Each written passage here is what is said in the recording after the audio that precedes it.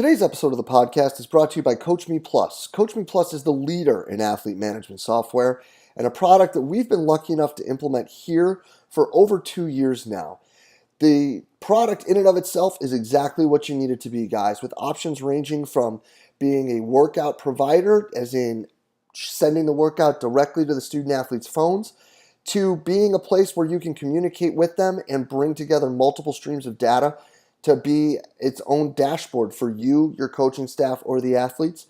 Or you can use what we've added to our menu of CoachMe Plus activities, and that's the hydration station, where all of this information that is provided is based off of research from the Corey Stringer Institute, where we're looking at weighing in versus weighing out and then providing optimal hydration strategies for the student athletes by them selecting through the menu and tapping on what they'll take home with them and what they're consuming prior to the next practice when all the numbers at the top are lined up green. It's something we've had really good success with and the kids have really bought in on. Just another great example of the awesome product that you can find at CoachMePlus.com. Guys, hop over to CoachMePlus.com today and check it out. It's a product I guarantee you won't be disappointed with. Hey everybody, if you enjoy the podcast and the content it provides, be sure to hop over and check out the community. The community is an exclusive members website that is just an extension of what we do here in July at the Central Virginia Sport Performance Seminar. What it is a combination of video lectures, a coach's corner with your Monday morning take-home information, and a forum where you can talk about anything and everything related to the field of strength and conditioning. In the community, you'll find content added each month from some of the top practitioners in the world, ranging from PhDs to high-level coaches, bringing you exactly what they're doing with their athletes or their research at the present moment. On top of that, an additional discussion by coaches bringing you that Monday morning information, things that you can add to your training program right away. Tying that in with the opportunity to discuss with coaches around the world in the forum on anything and everything from the topics addressed in these presentations to whatever you're seeing in your daily life as a coach.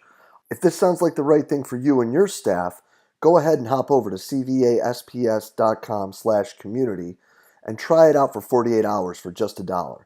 If you like it, you're signed up, ready to roll, and you're jumping into all the great content added each month. If not, feel free to go ahead and cancel at any time. No questions asked. We're really excited about what we're building in the community and hope you are too.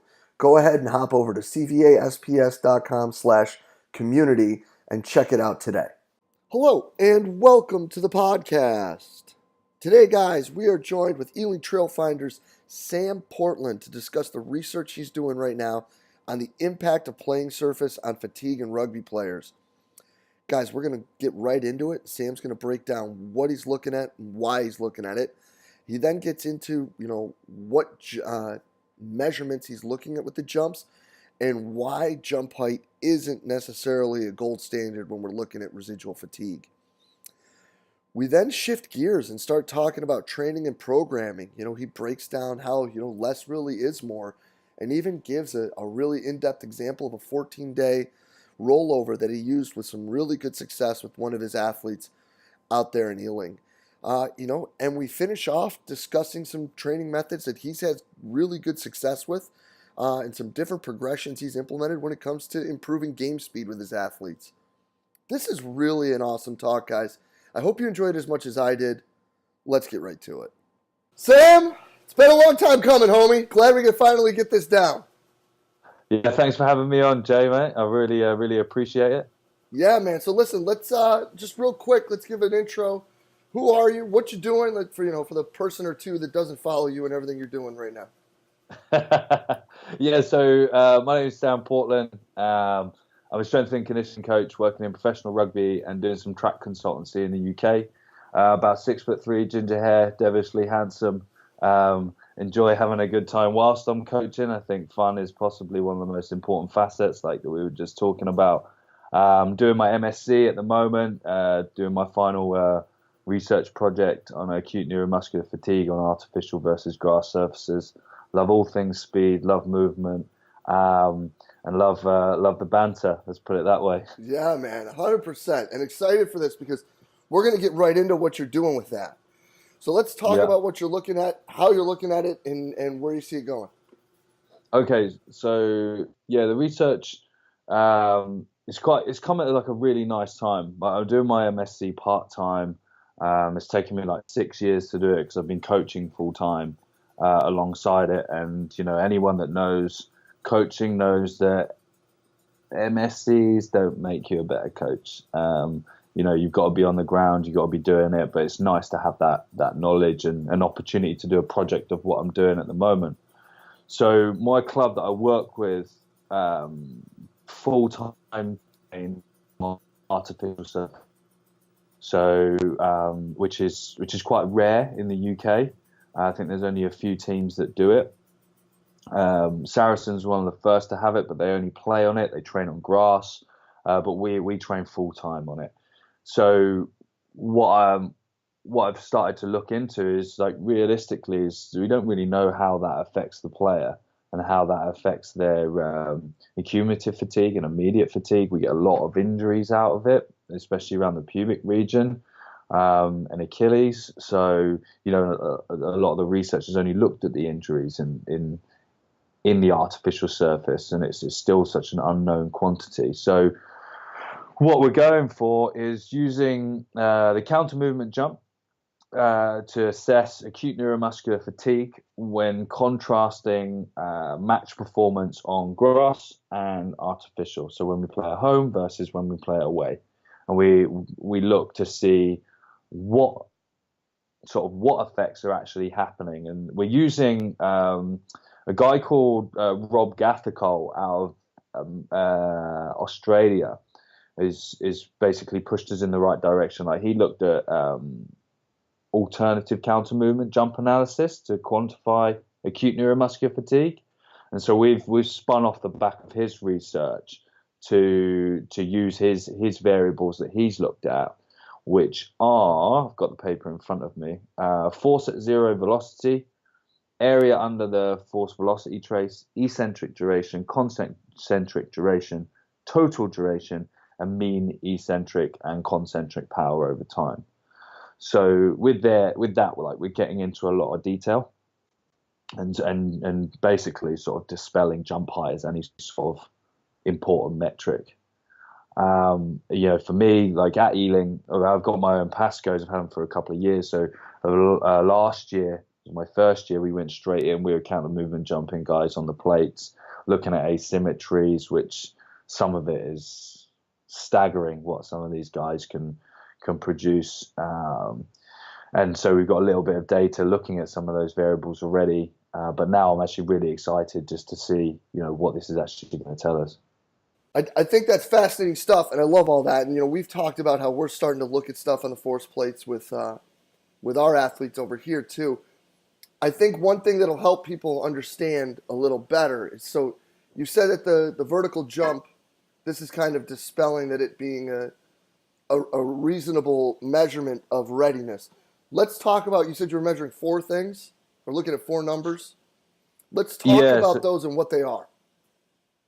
Yeah, so first one would be like force at zero velocity.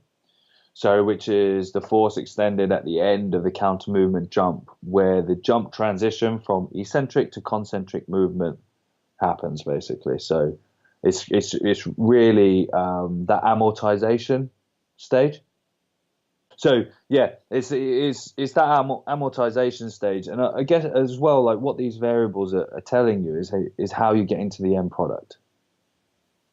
And of that jump height essentially. And I think that's where we'll find it with the study across different positions of rugby, especially because it caters for a lot of different physical characteristics, that you'll see how that will change from athlete to athlete. 100%. And it's, for people that haven't looked at this, those numbers, like, now they're not going to be like gigantic numbers, but like No. the actual differences in them when you look at them can be staggering. Yeah. Oh yes. Yeah, and I've got some other data from some sprinters and stuff, and to compare, and like say like force at zero velocity, it's not a lot. It really isn't a lot, and like those in terms of when you're looking at locomotion and stuff. Those guys are like the benchmark. They're the elite. They're what everyone is trying to compare a lot of their data to. And we're, you got like an 87 kilo sprinter, and we've got a 125 kilo front row. To keep that in context is incredibly important. No, 100%. And then the last two or last three, when you're talking about, the time in eccentric and concentric too, is looking at how the jump is produced, and that's super important too in this situation. Yeah, so it's eccentric duration, concentric duration, and mean eccentric and concentric power over time. With our protocol as well, we've not standardized depth, because you like in anything, standardized depth, you're changing someone's inherent recruitment strategy. So we just say hands on hips and let it rip. Just jump as high as you can when I tell you to. And we've got all different depths because we've got different movers, we've got different recruiters. So getting in is that sort of interperson relationship, which is going to just prove to be so important. No, 100%. And also, because those changes, as those numbers increase, that sign of neuromuscular fatigue is what the difference between using the plates and using a Vertec or a jump mat, it actually shows up as. Yeah, no, 100%. And I mean, we're not as fortunate as someone like yourself that's got 4-step. So like we're rolling everything through Excel and stuff. But it's incredibly important to be able to track this and monitor this and understand this. So, I mean, we're in week 43, coming into week 43 of the season. And if your question is like, if you're trying to understand fatigue, those are the sorts of things you need to be looking at. And especially from such an attritional game as rugby union, game to game, and understanding like minimal effective dose, which has been banded around quite a lot, to truly understand that this is the level of detail that you need to go into. Yeah, no, 100%. So then let's talk about how you're looking at it. How's the study set up? How are you breaking it down? And then how often are you looking at the guys? And then anything that you might be noticing at the moment. Okay, so like at the moment we're in just a data collection process, and so what we did is we took, because obviously we had to go through ethics and all that rubbish, so it took a little bit of time to get off the ground. So we managed to get it in just after Christmas, and it's a real sort of simple design. We took a baseline off of a week off of 3 counter movement jumps. Then we look at So we look at a standard 7-day turnaround for games, and we're just taking 2 home games and 2 away games to justify sort of the cost of the game. We're bringing in our GPS scores to look at total distances, high speed running, and some of our mechanical load. And then looking to compare to baseline positionally and game to game comparison. So it's a real observational type of study design, and we're not changing the schedules of the day.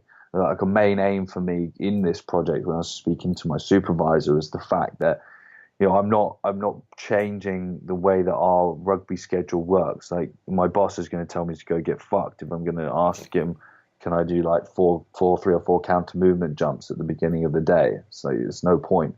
If you're going to do research, you've got to make it work in your environment, because if it's going to apply and help anyone else, they're going through the same problems anyway. So why don't we just put your big boy pants on and just make it work? So I've got like 15 minutes on day, like game day +2 before a lower body workout. And then I've got 15 minutes on game day -2 before our power workout, which is after the day off. And then that's it. And then so we're testing, we're looking at obviously, so the game Saturday, the effects of that, they following and the Thursday following, to see how they're recovering throughout the week as well. So how many jumps are they hitting in a row? So they're just doing feet on a carousel rotation. So we just get the boys in single file line in the gym, alphabetical first name order, get your jump in, go to the back. Second guy gets his jump in, and they just do 3 after a standardized warm up. It's awesome. So just, yeah, it's like, we just try and make it really simple, rough rest times. It's like, you've got to do what you got to do. You know what it's like when you're in the gym, especially you got to pack a forward, just like being in the zoo, mate. Oh yeah. I mean, so when we do it with our kids, we're doing 5 jumps in a row, and depending on the size of the group, you get, it's pretty orderly for the first few. Yeah. So when it's like basketball and it's only like 4 or so guys, like that's easy. We run through that, no problem, and we move on. When it's the swimmers in the morning and there's like, 15, 20 young women waiting, you start to lose some of that attention span, I guess you could say. Oh, yeah. Like, we've got 45 players. So, you just roughly cut that down the middle and a little bit more in favor of forwards. We've got roughly, 20-odd guys in the gym at one time. That's 20 alpha males. Yeah. Who probably don't want to stand around and wait all that long. No, exactly. And, it's quite nice. They've been really good. Like, you just be honest with them, I found, like, a lot of the time. Like, so guys, I just need you to concentrate. Give me 5 minutes. Let's just get this done. Be grown-ups. Treat people like grown-ups. Yeah, imagine that, right? You give them that respect, and they pull through for you. Because at the end of the day, like I've explained to them, that this is going to help us going forward. Mm-hmm. We're not gonna rip up our artificial pitch and then go to grass next year. This has got long-term implications for this club. Right. Which hopefully has long-term implications for them as an athlete. Yeah, 100%. I would love, like, for it to get published and potentially push this further, because I think it's just got so much weight to it. Looking at fatigue and especially that minimal effective dose. I remember telling you before about the player that we just put him on 14-day rollovers. He was just like a high wired guy. Had a couple of like little reactive hammies, got sick twice. This was after he had a kid. And we put him on 14-day rollovers for like 8 weeks. And he came out, got a couple of man of match performances, run his fart, like around a 155 over 10. And it's like, there's something to this. Mm-hmm. So for people that don't know, break down what your 14-day rollover with this guy was. Okay, so in our schedule at the moment, like day 1, which is game day +2, it'd do like the install rugby, would do his lower body, and the following day is do his upper body. Then we'll have a day off, and then we'll do like our power work, which is basically a speed session for all these guys. And so that's like our standard sort of 3 hits of S&C in our 7 days. So what we did is we just spaced that out. So for every week, so say for instance week A, he would either do like a high neural demand lower body or the speed session on the Thursday. Then on the following week he would alternate those and use the upper body as a strength hit, like a maintenance strength hit for him there.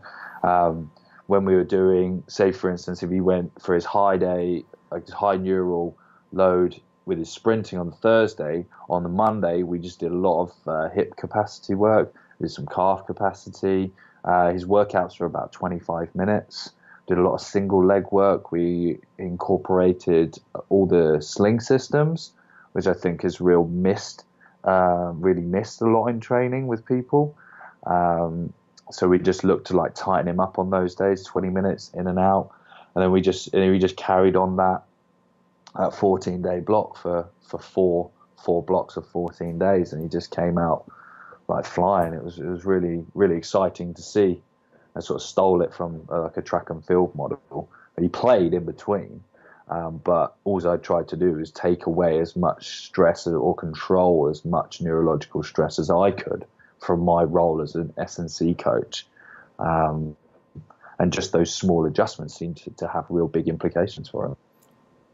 Yeah, it's crazy how when you back things down and you let them focus on what is most important, things tend to take care of themselves. Yeah, 100%. And like, I definitely, like, I'm not the head there. I'm the number 2, and so I'm good cop. And like, you constantly, like, you've got to get the buy-in from the head coach. You've got to get this. You've got to do that, and which is definitely true.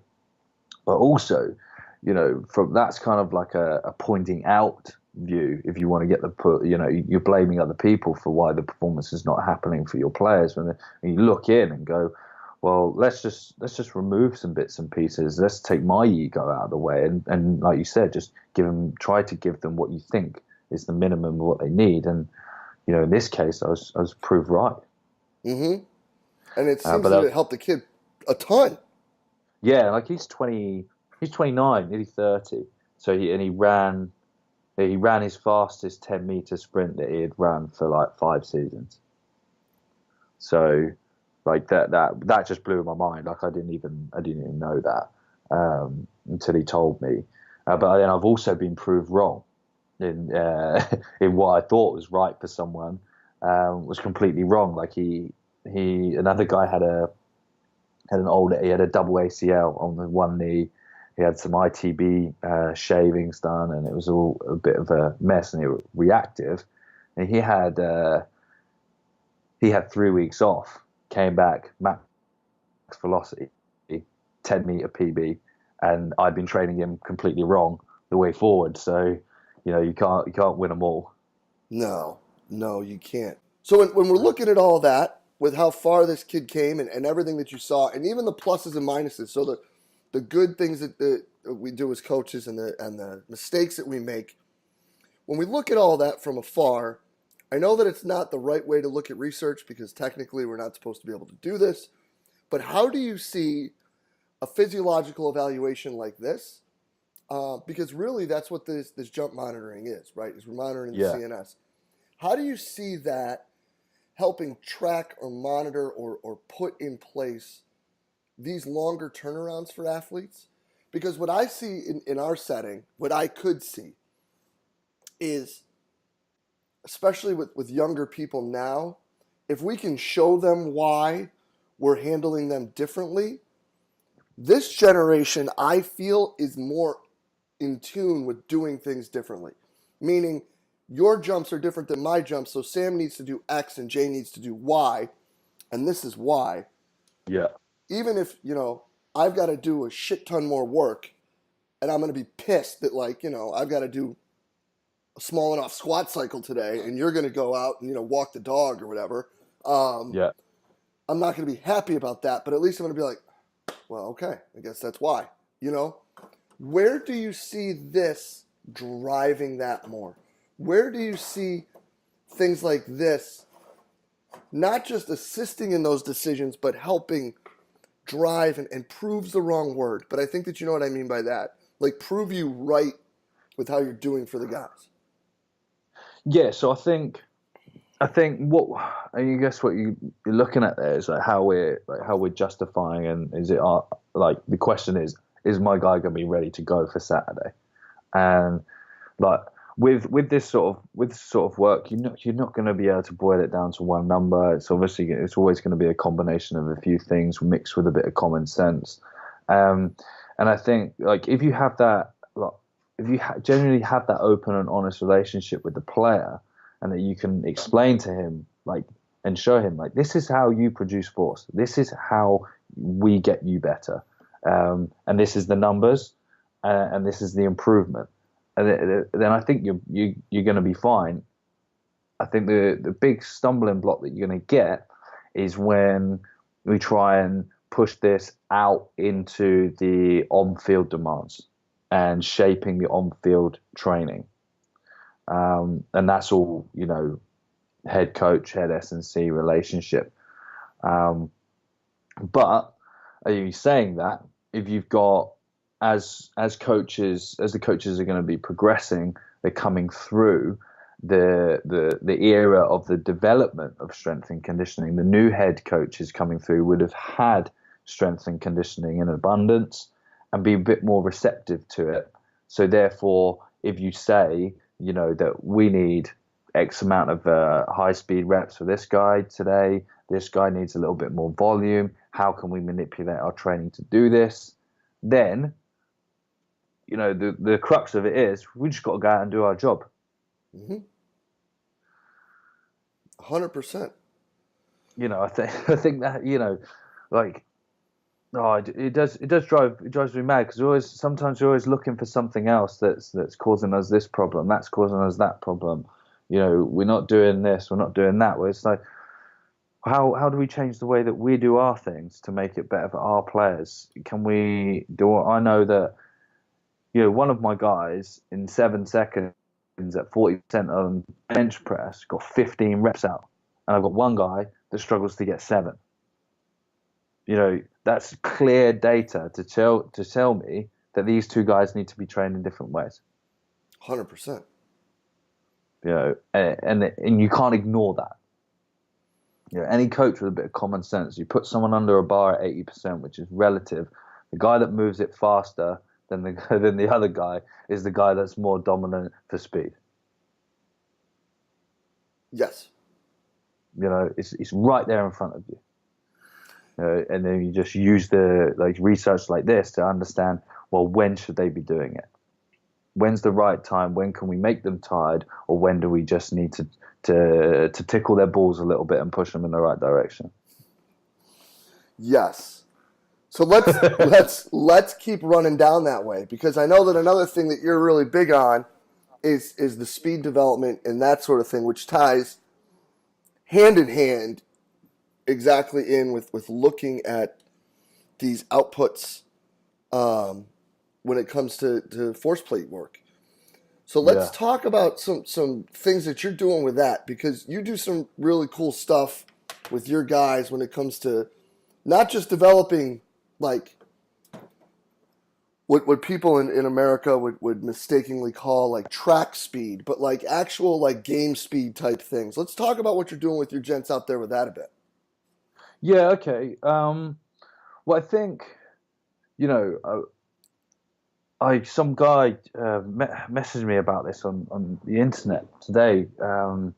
And, fundamentally, if you've got a player that moves well, has got a higher maximal output, they're going to be better. Hands down. They've got a higher reserve. They can tolerate more volume.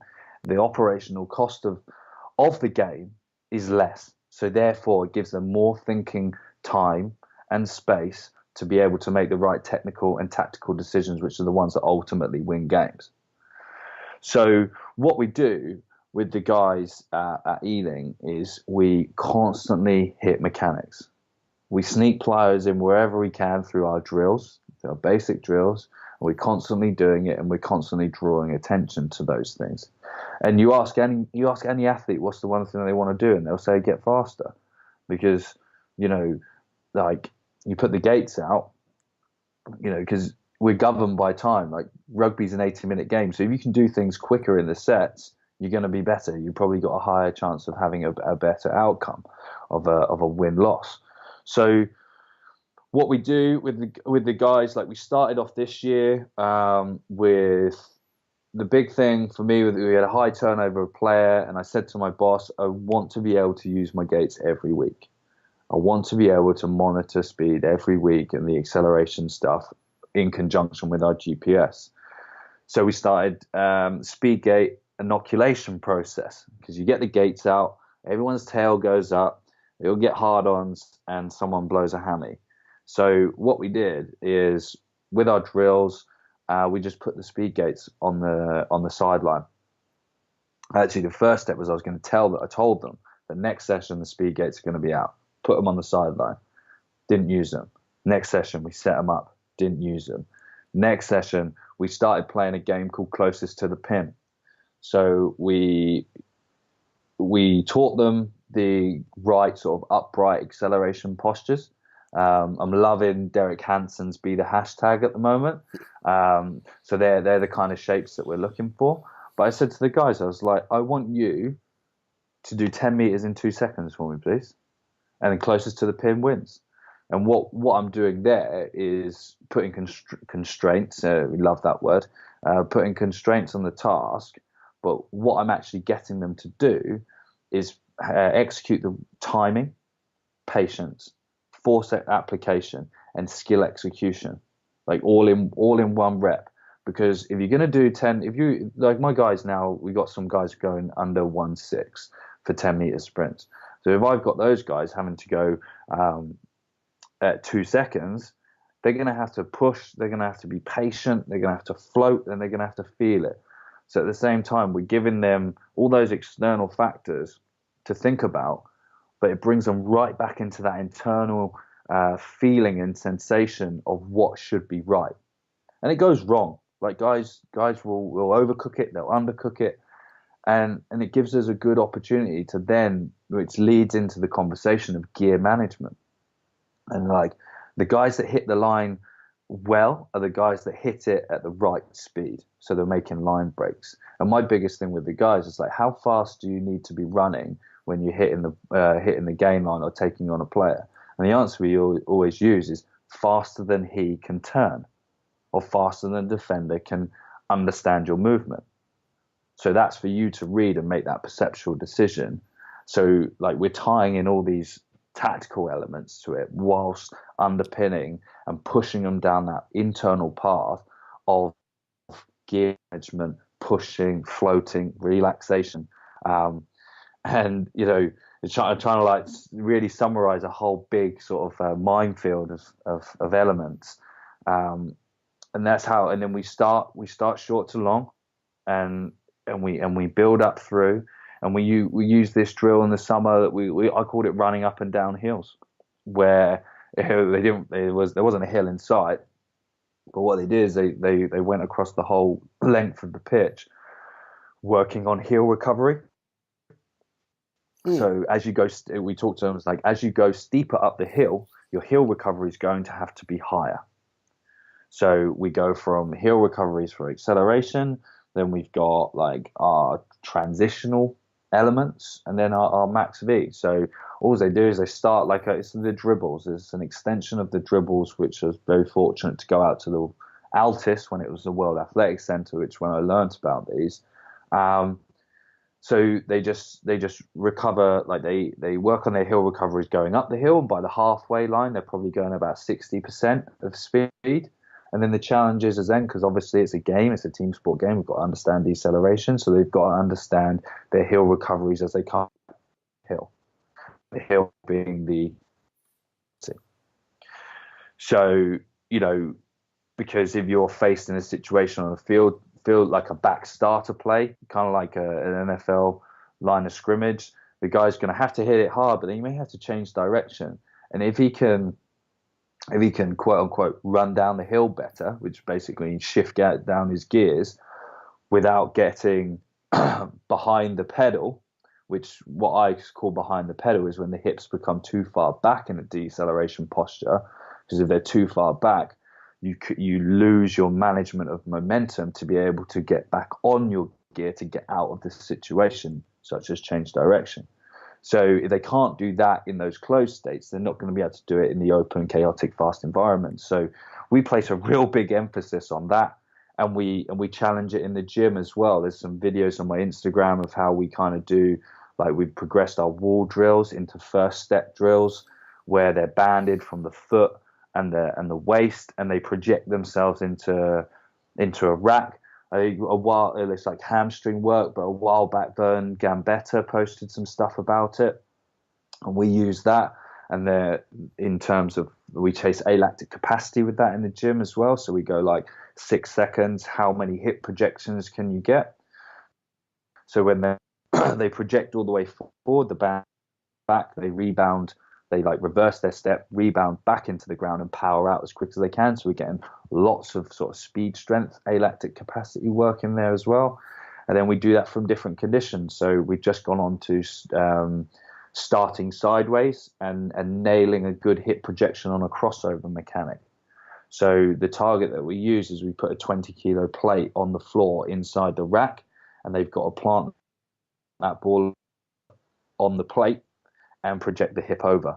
So the reason why I use the plate and we don't put we just don't give them a spot on the ground is what I want them to do is anticipate the plate.